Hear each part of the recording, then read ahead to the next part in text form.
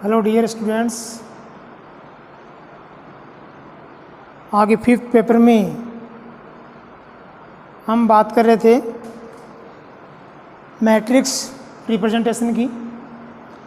Matrix representation of symmetry element या matrix representation of symmetric operations या matrix representation of a point group.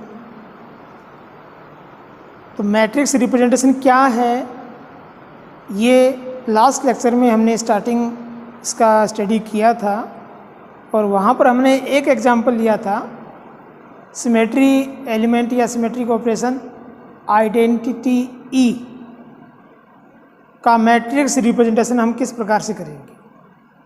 आज हम कुछ दूसरे सिमेट्री एलिमेंट्स के बारे में स्टडी करते हुए उनका मैट्रिक्स रिप्रेजेंटेशन करेंगे और फिर किसी एक पॉइंट ग्रुप का एग्जाम्पल भी लेंगे। तो लास्ट में हमने जो सिमेट्री एलिमेंट ई के लिए मैट्रिक्स रिप्रेजेंटेशन किया था वो इस प्रकार से आया था।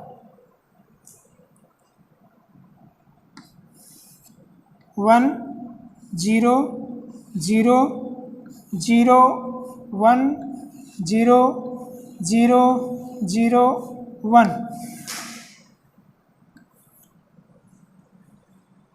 इस प्रकार से हमने सिमेट्री एलिमेंट में आइडेंटिटी के लिए मैट्रिक्स रिप्रेजेंटेशन किया था। यहाँ पर ये जो top to bottom left side में टॉप से बॉटम की तरफ डायगोनल हम आते हैं, ये एलिमेंट ऑफ मैट्रिक्स या ट्रेस ऑफ मैट्रिक्स कहलाते हैं। ये क्या हो गए 1 1 1।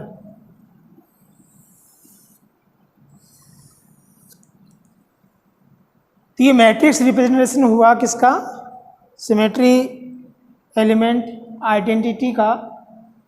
अब हम C2Z की बात करते हैं कि C2Z के लिए मैट्रिक्स रिप्रेजेंटेशन किस प्रकार होगा। यहाँ हम मैट्रिक्स रिप्रेजेंटेशन कर रहे हैं किसी ट्रांसफॉर्मेशन के लिए, और जैसा कि हमने यहाँ पर x y z जो कोऑर्डिनेट हैं उनके ट्रांसफॉर्मेशन का स्टडी किया था, तो उसी प्रकार हम C2Z के लिए भी जो XX ZX और YX है उसका जो ट्रांसफॉर्मेशन है उस ट्रांसफॉर्मेशन के लिए हम मैट्रिक्स रिप्रेजेंटेशन करेंगे।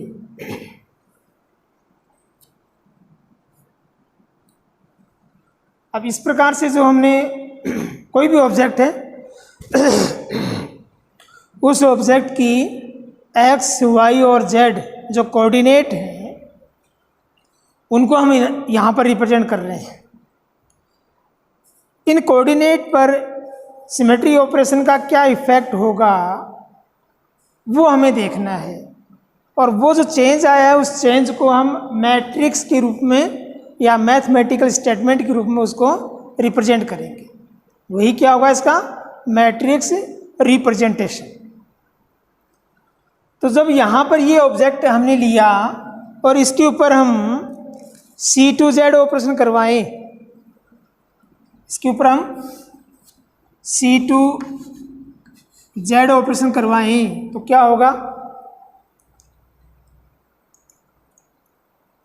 C2Z का मतलब क्या हुआ कि Z X के सापेक्ष इसमें C2 ऑपरेशन करना है, और C2 का मीन हुआ, C का मीन है रोटेशन ZX के सापेक्ष क्योंकि C2Z है, और 2 का मीन हुआ जो एंगल है रोटेशन का वो 180 डिग्री है, क्योंकि 360 को जब हम 180 से डिवाइड करेंगे तो n का वैल्यू 2 आएगा। ये जो x वाई और जेड एक्सेस है, इनको हम इस प्रकार से रिप्रेजेंट कर सकते हैं। ये एक्स एक्स हो गया, ये वाई एक्स और ये ऊपर जेड एक्स। ये किसी ऑब्जेक्ट के एक्स वाई जेड कोऑर्डिनेट्स हैं, ये एक्स, ये वाई और जेड। इस जेड एक्स के सापेक्ष इसको हम रोटेट करेंगे 180 डिग्री पर। जब इसको हम क्लॉकवाइज डायरेक्शन में 180 डिग्री पर रोटेट करवाएंगे तो क्या होगा, ये 90 डिग्री, फिर 90 डिग्री और, तो इस प्रकार से ये रोटेशन होगा।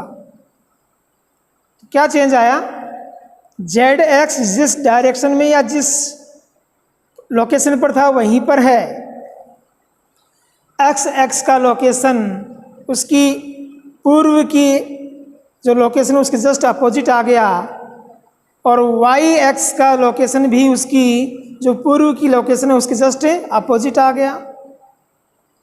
जब हम 3 डायमेंशनल वे में एक्स वाई जेड को रिप्रेजेंट करते हैं तो ये आपको ध्यान है कि इस जेड के नीचे का जो एक्स है उसे हम माइनस जेड कहेंगे, इस एक्स के जस्ट अपोजिट को हम माइनस एक्स और वाई के जस्ट अपोजिट को हम माइनस वाई। तो जब हमने C2Z ऑपरेशन किया किस पे, इस लोकेशन पे या इस कोऑर्डिनेट पे C2Z ऑपरेशन करने से Z वही रहा, x माइनस एक्स बन गया और y माइनस वाई बन गया। तो इसको हम रिप्रेजेंट करेंगे यहाँ पर,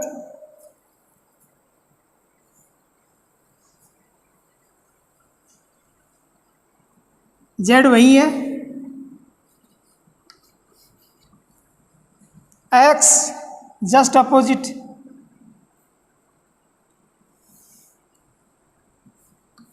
ये क्या हो गया यहाँ पे, x की जगह minus x, y just opposite,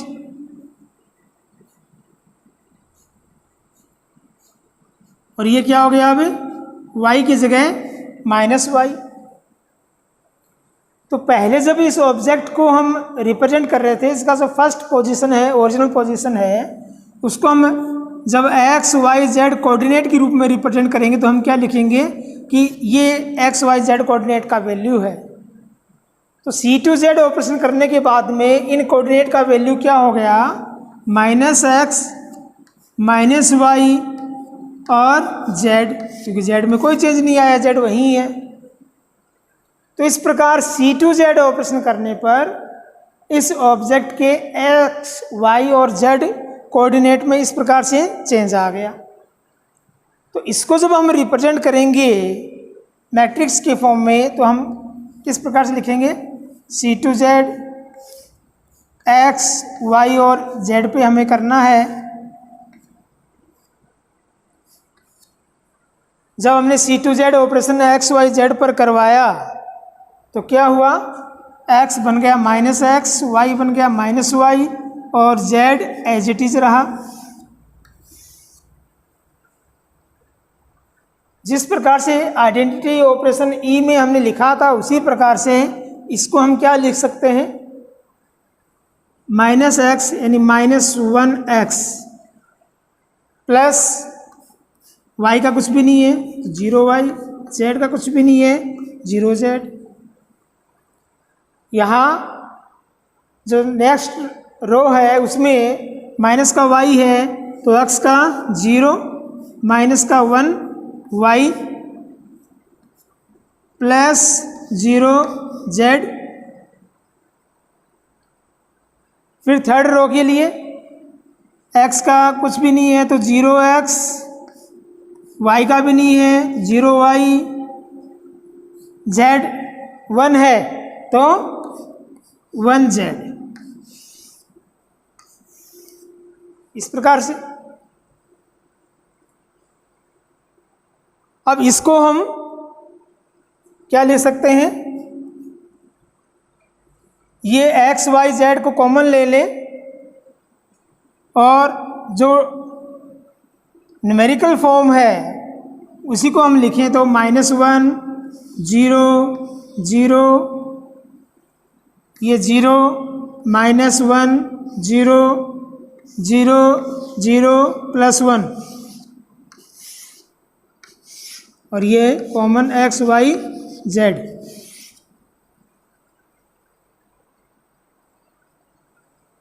ये एक्स वाई जेड कॉमन है, तो मैट्रिक्स क्या है C2Z का, ये।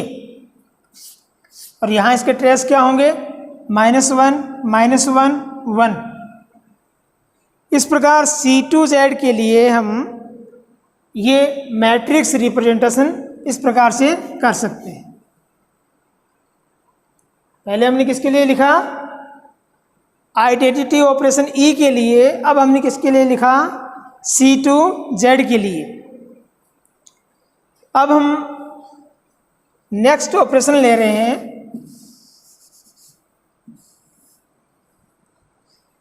जैसे मैंने दो जो सिमेट्री एलिमेंट या सिमेट्री ऑपरेशन सेलेक्ट किए हैं उससे आप समझ गए होंगे कि यहाँ एक तरह से हमारा टारगेट है C2V पॉइंट ग्रुप या H2O मॉलिक्यूल। हम उसके लिए उसको एक एग्जाम्पल के रूप में लेकर देख रहे हैं कि C2V या H2O मॉलिक्यूल के लिए मैट्रिक्स रिप्रेजेंटेशन कैसे होगा।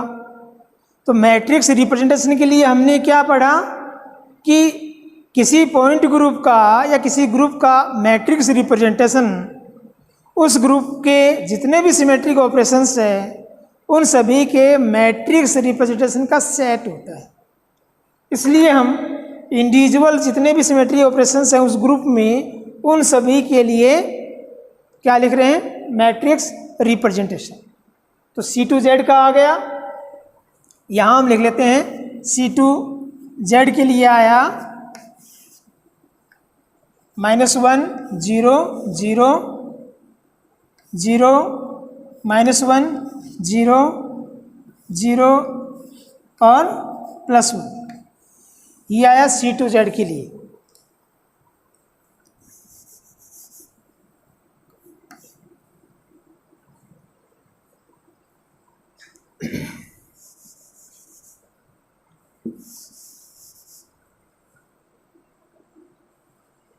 यहाँ मैं इसको थोड़ा सा यहाँ बना देता हूँ, x z y, x y और z। अब हम सिग्मा एक्स जेड को ले लेते हैं कि ये जो सिमेट्री ऑपरेशन है, इस सिमेट्री ऑपरेशन के लिए इसके जो कोऑर्डिनेट है उनका ट्रांसफॉर्मेशन जब करेंगे इस ऑपरेशन के द्वारा तो क्या चेंज आएगा और उसके अकॉर्डिंग उसके लिए मैट्रिक्स रिप्रेजेंटेशन क्या होगा। तो कोई ऑब्जेक्ट है, उसके एक्स वाई जेड कोऑर्डिनेट यहाँ शो कर रखे हैं, उस पर अब सिमेट्री ऑपरेशन अप्लाई किया, कौन सा, सिग्मा एक्स जेड।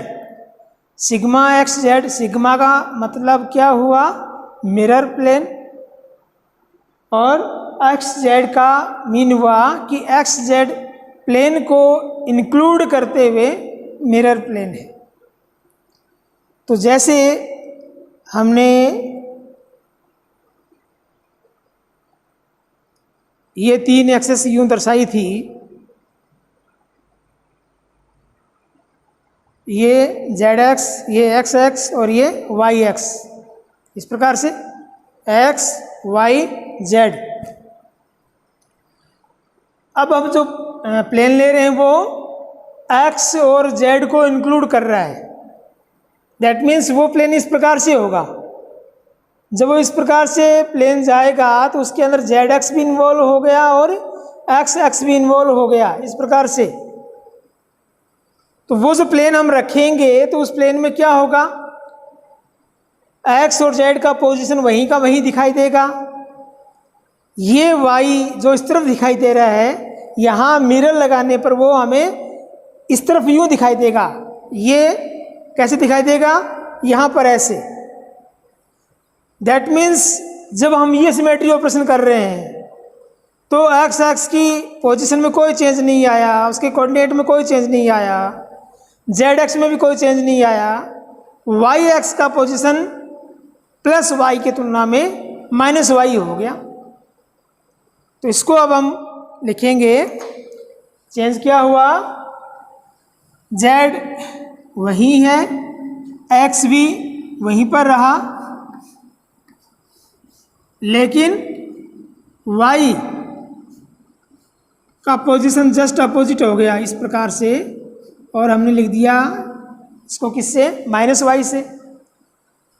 तो हम यहाँ पर क्या लिखेंगे, कोऑर्डिनेट। ऑपरेशन करने के बाद में जो ऑब्जेक्ट आया उसकी कोऑर्डिनेट आप क्या लिखेंगे, उसका पोजीशन शो करने के लिए x -y और z। ये ट्रांसफॉर्मेशन करने के बाद उसके कोऑर्डिनेट हो गए ऑब्जेक्ट के। अब इसको हम मैट्रिक्स के रूप में रिप्रेजेंट करते हैं। तो मैट्रिक्स के रूप में रिप्रेजेंट करने के लिए हमने यहाँ लिख दिया क्या, सिग्मा एक्स जेड ऑपरेशन किस पे, ऑब्जेक्ट के एक्स वाई जेड कोऑर्डिनेट पर। जब हमने एक्स वाई जेड पर ये ऑपरेशन किया तो क्या हुआ, एक्स का पोजीशन चेंज नहीं हुआ, वाई -y बन गया, और जेड का पोजीशन चेंज नहीं हुआ।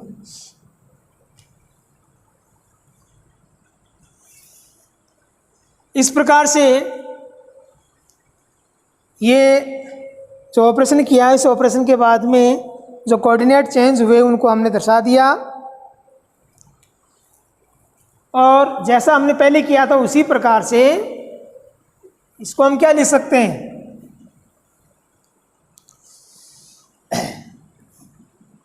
One X plus 0y plus 0z, second row के लिए 0x minus 1y plus 0z, third row के लिए 0x plus 0y plus 1z,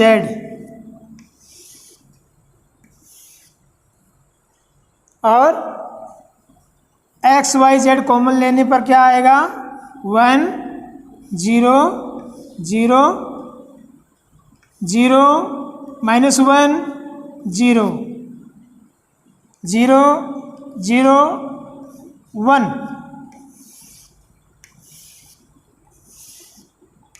x Y Z.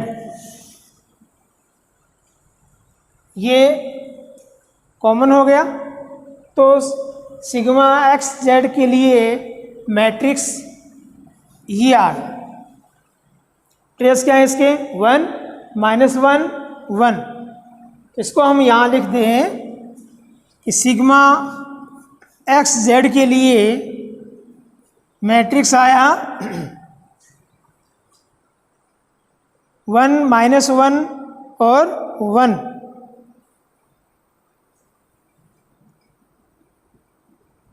1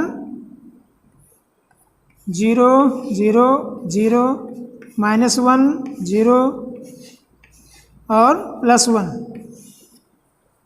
ये किसके लिए आ गया, सिग्मा एक्स जेड के लिए। इस प्रकार हमने इन 3 सिमेट्री एलिमेंट के लिए मैट्रिक्स रिप्रेजेंटेशन देख लिया। अब हम सिग्मा वाई जेड के लिए देखेंगे कि सिग्मा वाई जेड जब ऑपरेशन करेंगे तो ऑब्जेक्ट के एक्स वाई जेड जो कोऑर्डिनेट है उन कोऑर्डिनेट में क्या चेंज आएगा।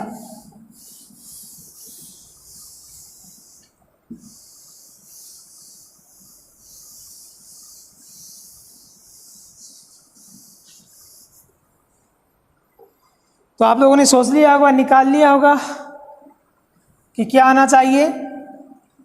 अब हम वाई जेड प्लेन को इंक्लूड करते हुए मिरर प्लेन रख रहे हैं, तो जब हम वाई जेड को रखेंगे तो पोजीशन किसका चेंज होगा, एक्स का। तो क्या बन जाएगा, जेड वही रहेगा, वाई का लोकेशन भी वही रहेगा, सिर्फ एक्स का लोकेशन जस्ट अपोजिट, और उसे हम किसे लिखेंगे, -x से। और यहाँ कोऑर्डिनेट को लिखेंगे -x y z, -x y z।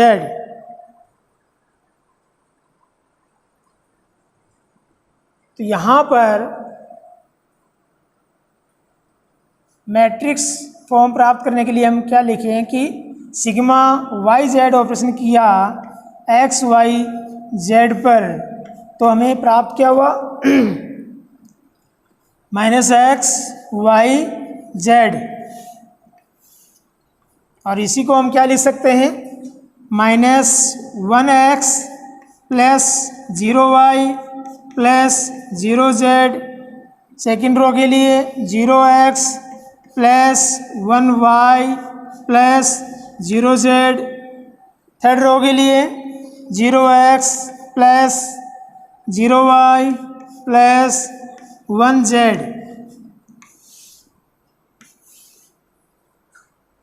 और इसको हम लिख सकते हैं -1 0 0 0 1 0 0 0 1।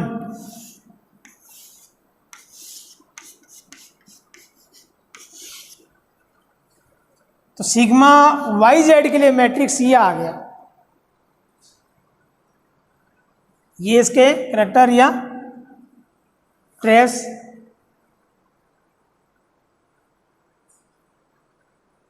तो इसको हम यहां लिख देते हैं अभी।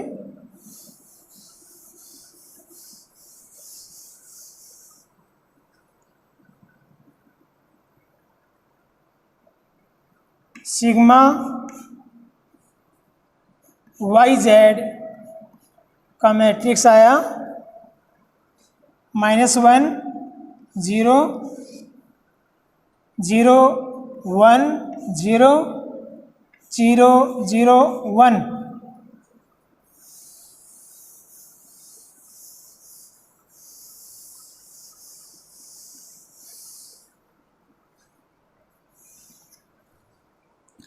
इस प्रकार हमने ये कुल 4 सिमेट्री ऑपरेशन लिए या सिमेट्री एलिमेंट्स लिए, और इनके लिए हमने देख लिया कि इनका मैट्रिक्स रिप्रेजेंटेशन किस प्रकार से होगा।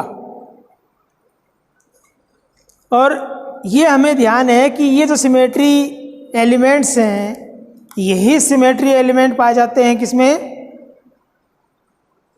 C2V पॉइंट ग्रुप H2O के लिए।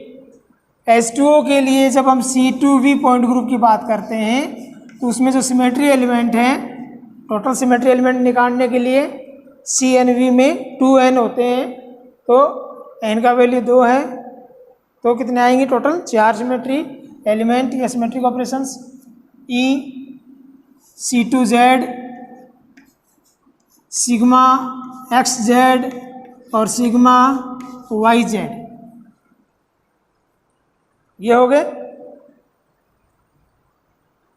तो इस C2V के लिए जब हम मैट्रिक्स रिप्रेजेंटेशन लिखेंगे तो कैसे लिखेंगे, C2V का matrix representation is equal to E का मैट्रिक्स रिप्रेजेंटेशन इंटू C2Z का इंटू सिग्मा XZ का इंटू सिग्मा YZ।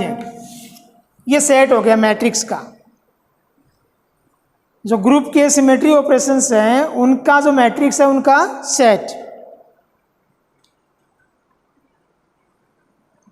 तो यहाँ पर C2V इज इक्वल टू 1 0 0 0 1 0 0 0 1। फिर C2Z के लिए -1 0 0 0 -1 0 0 0 1। फिर सिग्मा एक्स जेड के लिए 1 0 0 0 -1 0 0 0 1। फिर सिग्मा वाई जेड के लिए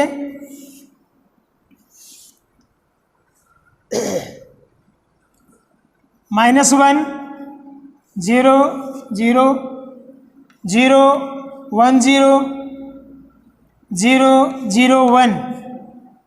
ये सेट हो गया। अब इस सेट के अकॉर्डिंग जब हम C2V के लिए फाइनल मैट्रिक्स रिप्रेजेंट करेंगे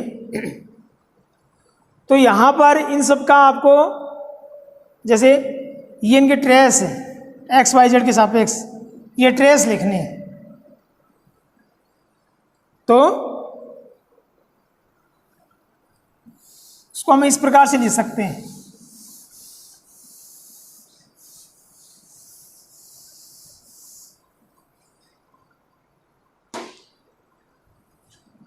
C2V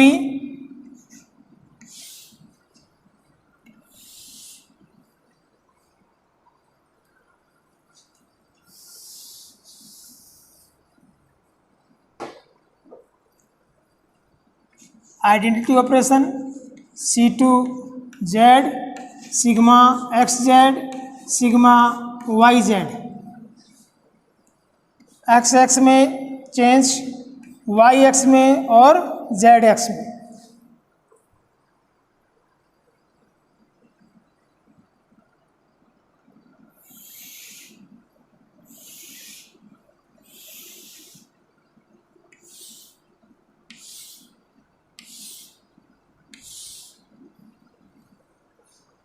तो देखो इसमें एक्स वाई जेड एक्स में जो चेंज आया है वो क्या, 1 आइडेंटिटी ई के लिए इनके जो ट्रेस हैं उसके अकॉर्डिंग अगर लिखें हम, फिर C2Z के लिए -1 और 1, सिग्मा एक्स जेड के लिए 1 -1 1 और सिग्मा वाई जेड के लिए -1 1 1। इस प्रकार से ये C2 के लिए मैट्रिक्स रिप्रेजेंटेशन हो गया। इस प्रकार किसी भी मॉलिक्यूल या किसी भी पॉइंट ग्रुप के लिए हम उनकी मैट्रिक्स को रिप्रेजेंट कर सकते हैं।